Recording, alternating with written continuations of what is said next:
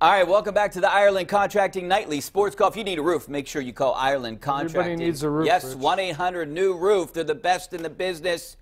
Make sure you give them a call. Give us a call right now on the Borders to Borders hotline, 412-575-2600 is the number. Gene, I got a tweet for you. David Palladino. I'm going to get him on the show at one point.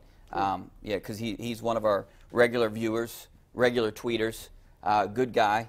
Wants to play me in golf at some point. But I'm going to read one of his tweets.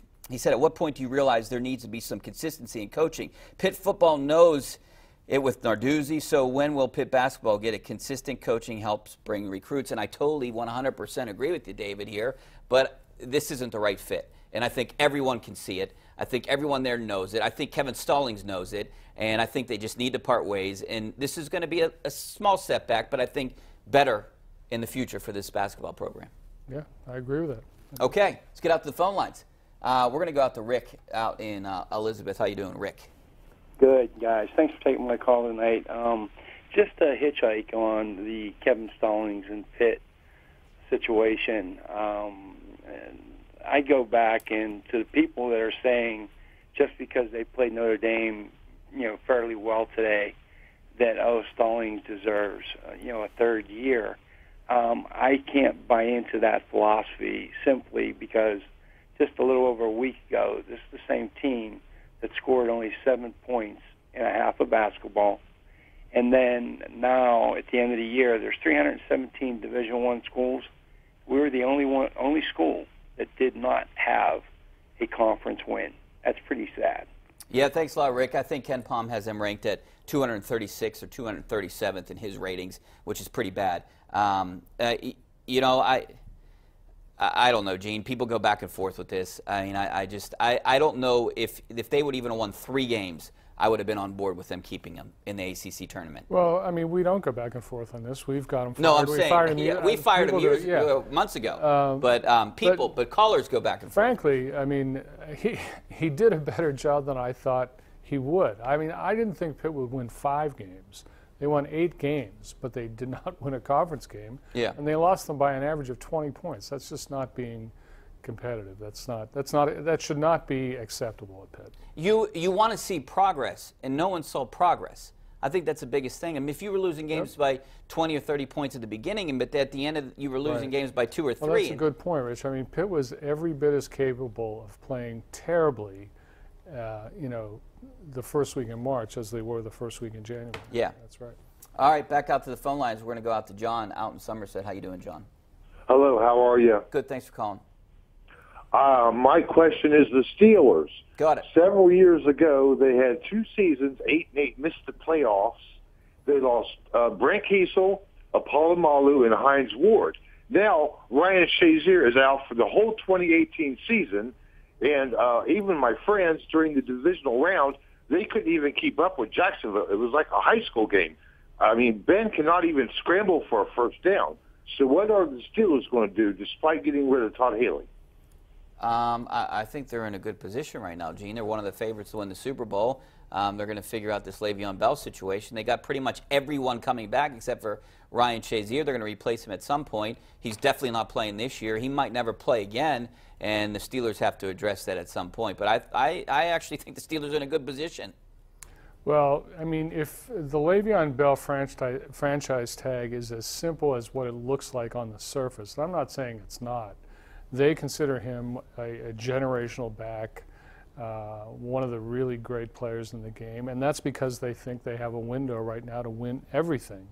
As for the Jacksonville game looking like a high school game, that was a 3-point game. Now, granted, they were favored to win it and should have won it, but they're pretty competitive in that game. Yeah, the problem I think with all of a sudden the Steelers, it was 21-0, and it's still the first quarter. I mean, they were just outplayed early. I don't think mentally they were in the game early on. They thought they were just going to come in and win. I think that's what happened the first time they played Jacksonville, and Jacksonville was the better team on those 2 occasions. But I still think the Steelers on paper were the better team and should have won that game.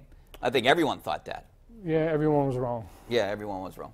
All right, back to Pitt here. German Pitt fan just tweeted us, thought I'm bringing Brandon Knight back as a coach. No way, not as head coach. Paul Zeiss brought up a good point on Friday on this show, saying, hey, if Brandon Knight played for another team, say like UConn or North Carolina or wherever, who would say bring Brandon Knight in as a head coach? What has Rutgers really done this year? And if you look back to when Brandon Knight was here, I mean, I like Brandon Knight a lot. I think he could be a good assistant coach, but he was the main recruiter for Jamie Dixon. And everyone talks about Jamie Dixon's recruits. He didn't really bring in anyone those last couple years when he was the main guy. I agree with Paul on that. I mean, there's kind of a reflex action in Pittsburgh always to bring back somebody connected with Pittsburgh or the school or something, and you know, it's kind of an oversimplification.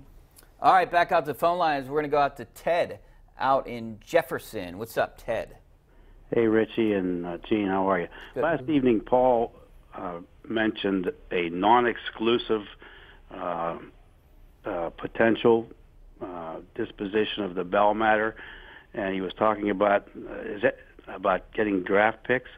Is that an offer sheet that another team would give him, and if the Steelers wouldn't match it, he would be gone, and then there would be a compensation of draft picks? Or can you elaborate on that for me, please? Yeah, Gene, I'll let you take care of that. Yeah, I mean, the franchise tag that's on Le'Veon Bell now is the exclusive tag. You know, he's going to play for the Steelers as long as that tag is on him until he either sits out the season or they take it back. But the non-exclusive one, they can do that too, and then if somebody wants to offer him a contract, or if somebody signs him, then they have to compensate the Steelers with his 2 number ones, Richie? Yeah, it's something like that. Which nobody's going to do. Yeah, but they can negotiate the contract for Le'Veon Bell, so someone with a lot of cap room, like the Cleveland Browns, could come in and say, okay, yeah, we're going to pay you $20 million a year.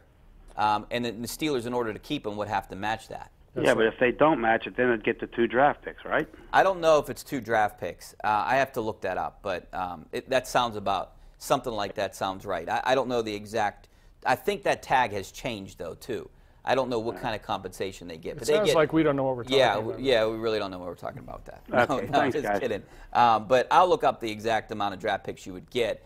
But I think it's 2 number ones. You put that negotiating right into the hands of another team essentially, and I think that's the downside to that. So, all right, let's go back out to the phone lines. We're going to go out to Jerry in Hempfield. How you doing, Jerry? Hey, Rich, with this Bell thing, it's kind of like I'm trying to figure what the Steelers are thinking about.